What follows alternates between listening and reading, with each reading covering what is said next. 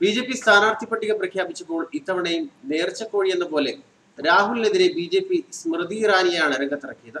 2014 ലോക്സഭാ തെരഞ്ഞെടുപ്പിൽ അമേഠിയിൽ രാഹുലിനെതിരെ മത്സരിച്ച സ്മൃതി ഇറാനി 1 ലക്ഷം വോട്ടിന് പരാജയപ്പെട്ടിരുന്നു.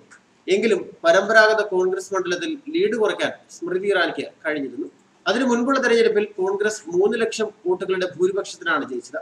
എന്നാൽ ഇപ്പോൾ രാഹുൽ പഴയ നേതാവല്ല, ഇന്ത്യ മുഴുവൻ കത്തി നിൽക്കുന്ന ഒരു നേതാവാണ്.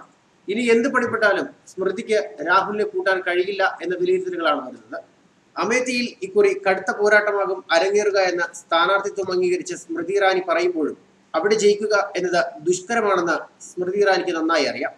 അമേഠിയിൽ താമര വിരിയുമെന്നും ചരിത്രം സൃഷ്ടിക്കുമെന്നുമാണ് സ്മൃതി ഇറാനി ട്വീറ്റ് ചെയ്തത്. അമേഠിയിൽ മത്സരിക്കാൻ അവസരം നൽകിയതിന് നരേന്ദ്രമോദിക്കും അമിത്ഷായ് അടക്കമുള്ളവർക്കും പ്രത്യേക നന്ദിയും സ്മൃതി ഇറാനി പറഞ്ഞിരുന്നു. എന്നാൽ ഇത് ഓവർ കോൺഫിഡൻസ് അല്ലേ എന്നാണ് ഇപ്പോൾ ഉയരുന്ന മറ്റൊരാക്ഷേപം. 2019 ലോക്സഭാ തെരഞ്ഞെടുപ്പിനുള്ള ആദ്യ പട്ടിക ഇന്നലെയാണ് ബി.ജെ.പി പുറത്തുവിട്ടത്. 180 സ്ഥാനാർത്ഥികളെയാണ് 20 സംസ്ഥാനങ്ങളിലായി പാർട്ടി പ്രഖ്യാപിച്ചത്. കേരളത്തിൽ പത്തനംതിട്ട ഒഴികെയുള്ള എല്ലാ മണ്ഡലങ്ങളിലും സ്ഥാനാർത്ഥികളെ പ്രഖ്യാപിച്ചിരുന്നു. കോൺഗ്രസ് അധ്യക്ഷൻ രാഹുൽ ഗാന്ധിക്കെതിരെ അമേഠിയിൽ സ്മൃതി ഇറാനിക്ക് ഭൂരിപക്ഷം 1,07,903 വോട്ടായി കുറയ്ക്കാനായെങ്കിലും ഇത്തവണ അത് കടുക്കും എന്ന് സ്മൃതി ഇറാനിക്ക് നന്നായി അറിയാം. തോറ്റാലും ബി.ജെ.പി തന്നെ ഇരുകൈയും നീട്ടി സ്വീകരിക്കും എന്നുള്ളതിനാൽ സ്മൃതിക്ക് പേടിക്കേണ്ടതില്ല. കഴിഞ്ഞ തെരഞ്ഞെടുപ്പിൽ തോറ്റപ്പോഴും ക്യാബിനറ്റ് മന്ത്രി പദവിയും രാജ്യസഭാംഗത്വവും നൽകിയാണ് സ്മൃതിയെ പാർട്ടി സ്വീകരിച്ചത് തന്നെ.